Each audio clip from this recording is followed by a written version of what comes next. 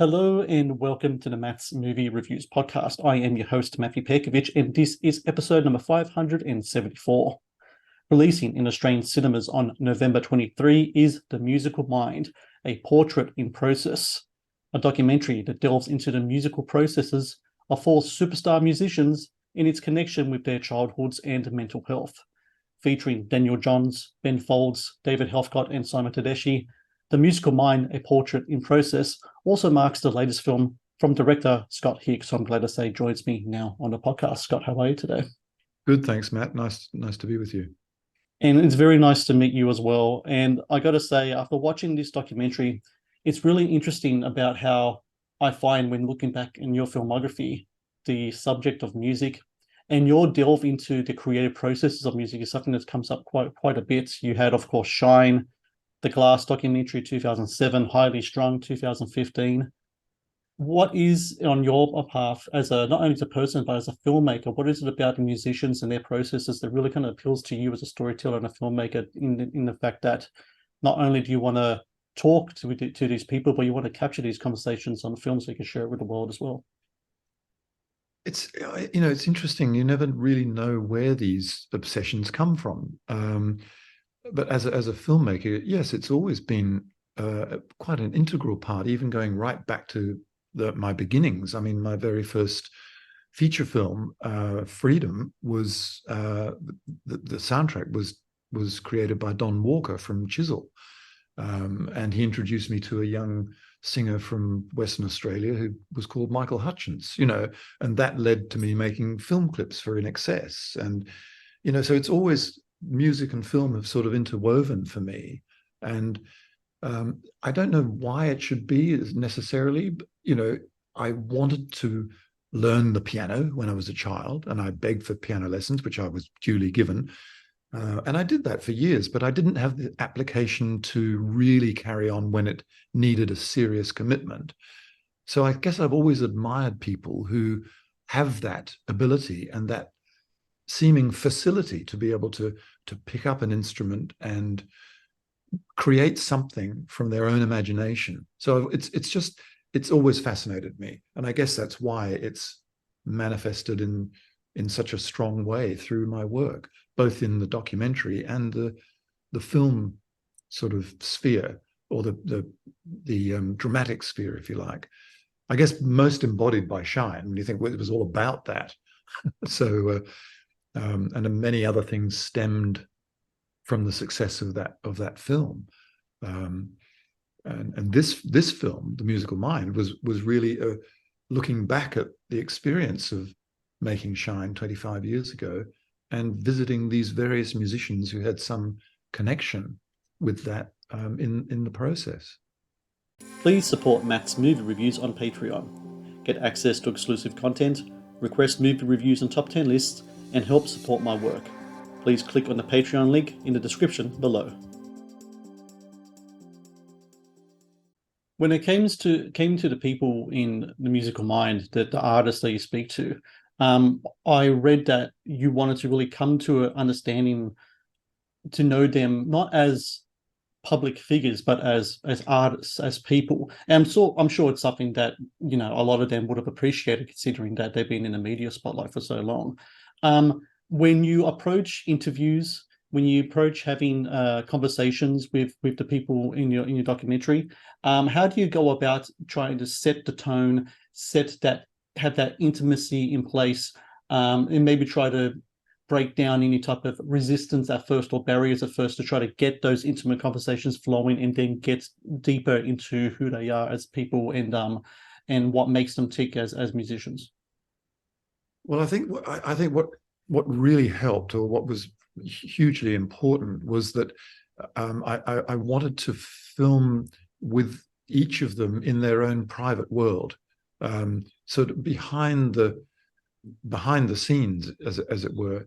And I think the very fact that they were in their own sort of world gave them a sense of security.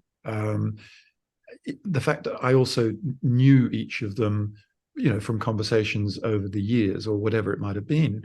But so when I started filming, I would go in with my son Jet, who was worked closely with me on this whole film.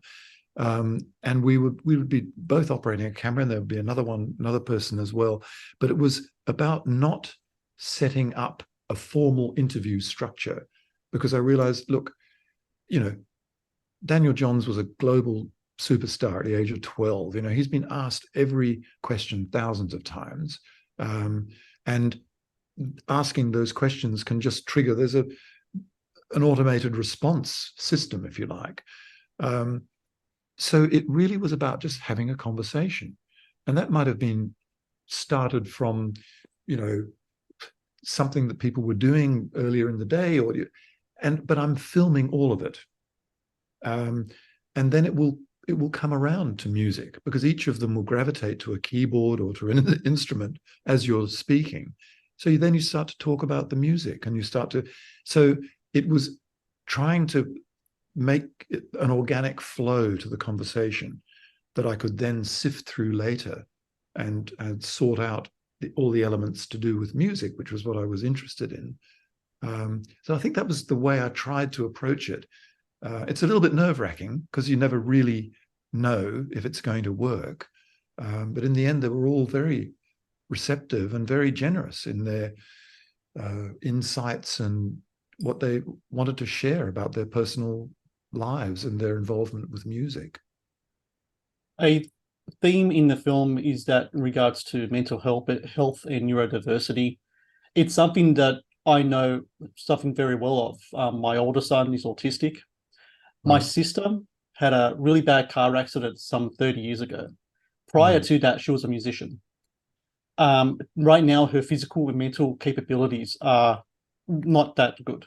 However, if you put a keyboard in front of her, with one hand she can use her right hand, she can actually play the notes that she knew before her accident. It's something within the brain. I don't know what it is. The brain is such a mystery to all of us.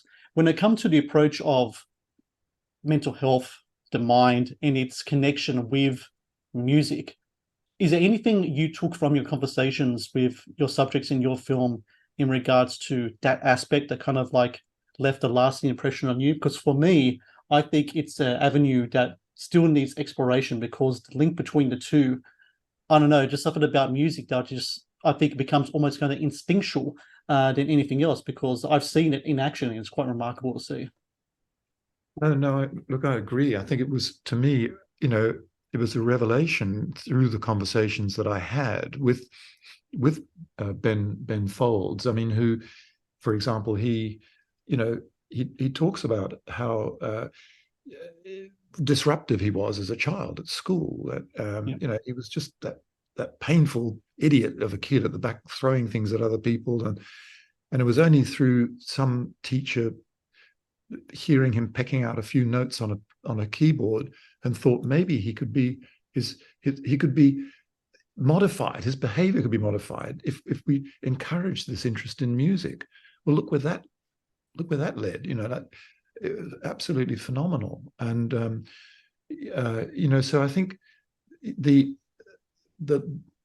link between music and the power of the mind, and music as therapy, or music and its ability to assist in recall of memories and lost memories, people who've suffered from strokes and so on. These are all really profound uses that music can be a part of. A therapy. I don't know enough about the medical sort of technical side of it, but on purely anecdotal sort of basis, it's clear that it's enormously important, as it is just in the world of academic achievement as well for children. So much so that you wonder why music isn't compulsory for everybody from a very early age. A, it can be great fun, but B, it's enormously useful. There's that wonderful Anne Phelan in the film. She's the conductor of the Bellingen Youth Orchestra. Hugely talented woman, has nurtured so much youthful talent. And she would say to her kids when they're leaving a rehearsal space, she'd say, just remember, you're leaving much smarter than you came in. because music ignites the whole brain. You know, Yep. I say that as a complete layperson, but there are neuroscientists who can show you imaging of how the brain lights up like a Christmas tree in response to music. Whereas with speech, it's just a few little dotted pieces of the brain. In music, the whole brain gets engaged. That's my layman's version of it. The Matt's Movie Reviews podcast is brought to you by TeePublic. TeePublic is the world's largest marketplace for independent creators to sell their work on the highest quality merchandise. With over 1.2 million designs, TeePublic is sure to have something you love. Another thing that comes up is the subject of childhood and music, as you just touched on right now, music with children. And it's something that is very prominent, especially regards to David Helfgott and Simon Tedeshi as a young child prodigies, even to an extent, Daniel Johns. I mean, I remember when Silverchair first came on the scene, and I remember hearing about this group of 13-year-olds who sound like Black Sabbath from 1970s. It's just a remarkable thing. And I was like, God, this is just, because at the time I was maybe just a little younger than them when they first came out. Do you feel, when I watch the film, I feel like that these four subjects in the film almost still have very much that childhood within them. I think one person said that there's a Peter Pan definitely in all of them, because one thing that happens as we grow into adults is that our curiosity for sounds and simple things, it tends to go away. But Daniel Johns, clearly, he's still looking for that sound. He's still experimenting. He's still looking for things. Do you think that when it comes to certain musicians, especially ones in your documentary, that there is definitely a case of that childhood, that child still within them, even as adults, and that seeking, that need to find those notes until it becomes a part of them, is something that's just so vital to their being? Oh, I think absolutely, because I mean that was one of the revelations to me, because I mean, obviously I knew, well, David was a child prodigy, but that's clear. Simon Tedeshi was a child prodigy, but that's when before his hands had performed in Shine when he was 14, I think. Daniel Johns, here you've got somebody as a pre-teenager was a global superstar. Ben Folds was listening to music for 8 hours a day at the age of 2. So they all discovered music really, really young, and really discovered their love of it from the outset. And so that was interesting to me. It wasn't sort of forced upon them. They did discover it and explored it from their own interest. And I think, that became quite a sort of a central thread to me, was the fact that they'd found it and they spent their lives continuing to search for it. What I love about some of Daniel's observations relating to his subconscious, where he says in some ways he has better access to his subconscious than to his conscious mind. His conscious mind is full of noise and confusion. His subconscious mind is where he distills the music. And in that liminal sort of state between sleep and wakefulness, that he does some of his best work. I thought that was a fantastic thing. I mean, sidetrack a little bit, but the great French filmmaker and artist Jean Cocteau, who was also a poet, he used to hang a sign on his door when he was going to have a nap. He would hang a sign on his door saying, "The poet works." And I think that's really what Daniel is doing. He says he watches a lot of daytime television, cooking shows and whatever with the sound turned off. But in his mind, he's searching for those notes. He's searching for those sounds, searching for those connections. And what he's watching is like visual white noise to let his mind ruminate on the possibilities of his music. That's fantastic to me. And that he has that perception of it. It was a very, very, he's an extraordinary extraordinary prodigy, and beyond a prodigy, Daniel. He's a national treasure, in my view, as a musician. Well, Scott Hicks, let me just say that I think you yourself are a national treasure for us as well as a filmmaker, and the films you've given us in your feature films and your documentaries have been remarkable. And The Musical Mind, Portrait in Process is another one of those examples. And for everyone out there, November 23 in cinemas, you can watch the film. Make sure you do watch the film in cinemas. We need to get more people in cinemas watching Australian content, watching Australian film, and there's also Q&A screenings the week before that, around the 17th and 18th as well. Fantastic, Matt. Thank you. Thank you. Really appreciate that. A really good conversation. Thank you. Thank you for watching the Matt's Movie Reviews channel. Please subscribe for more reviews, podcast interviews, and exclusive content.